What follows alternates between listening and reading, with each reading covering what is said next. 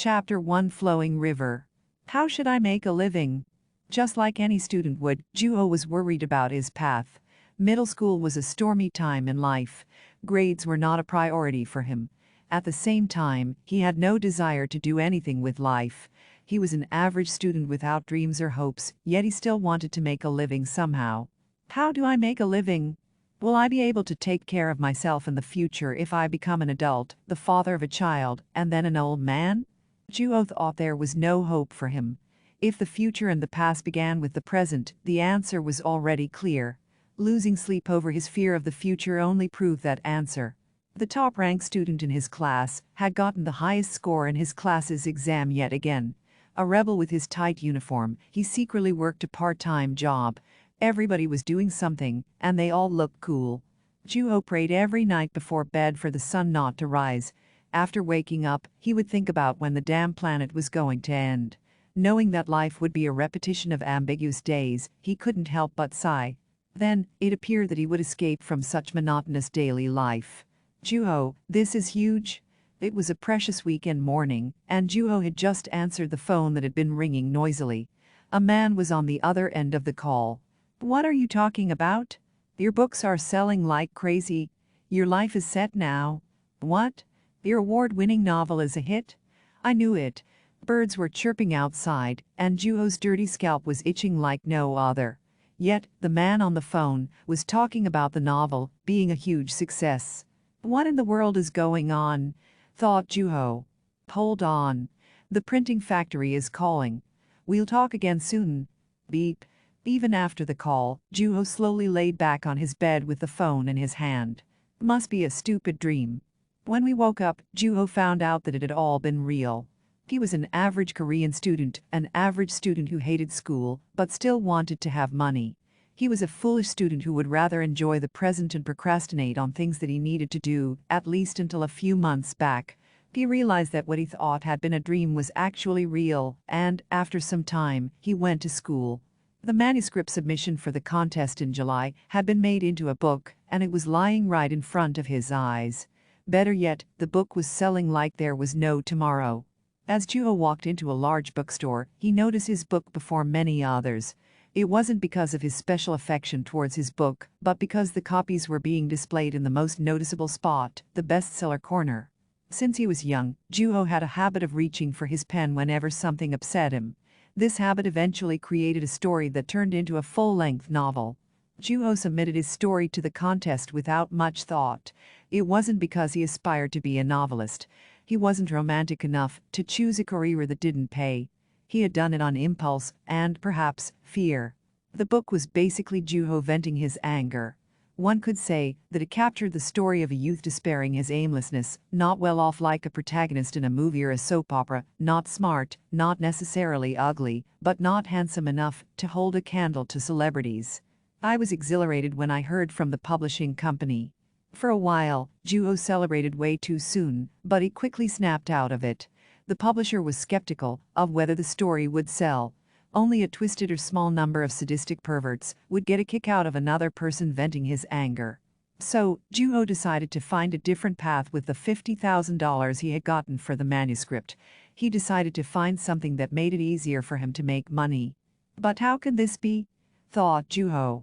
The book was to be made into a TV show, a movie, and to be translated into 7 different languages.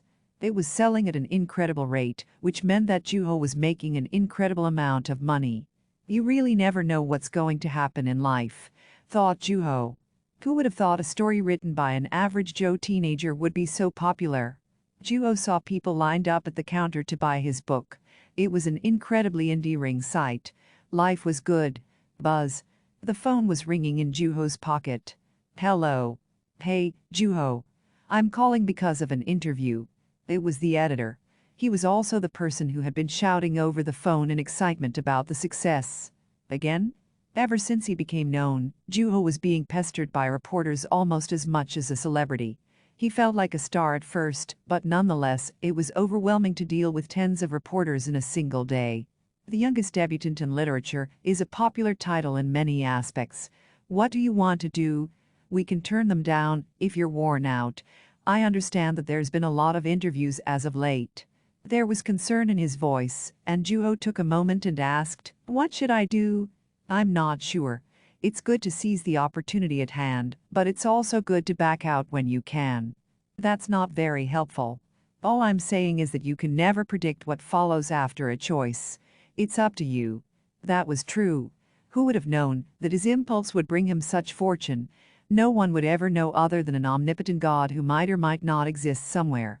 After some consideration, Juho made up his mind after seeing people walking past him unable to recognize who he was.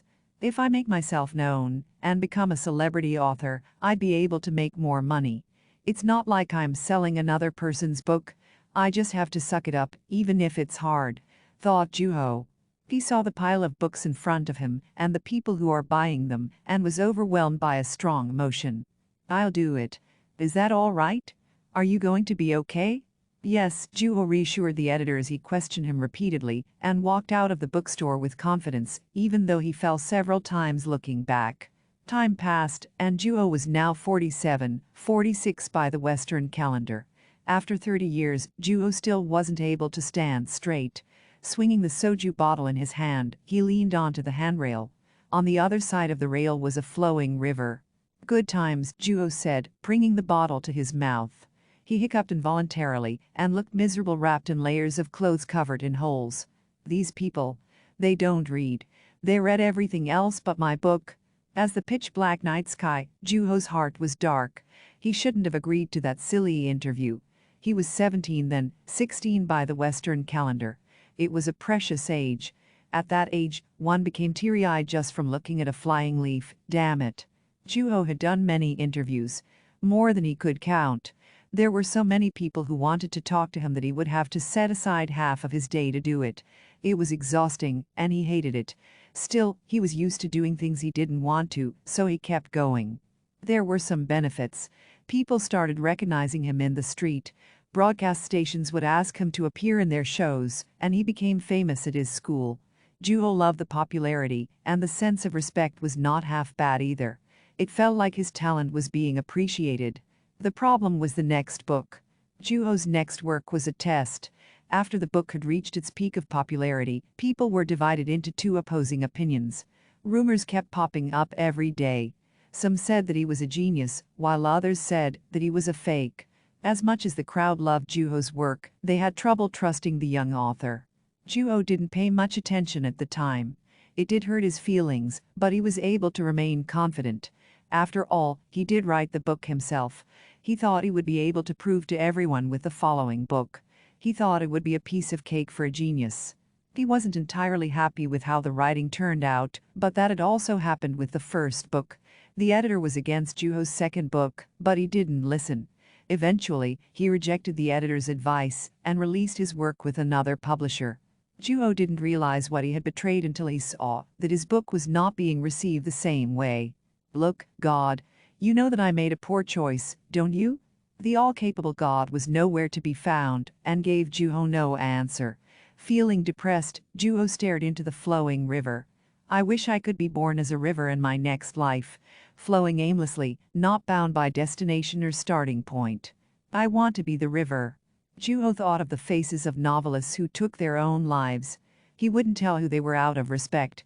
Among those authors were an artist who couldn't overcome his desire for destruction and an exceptional novelist.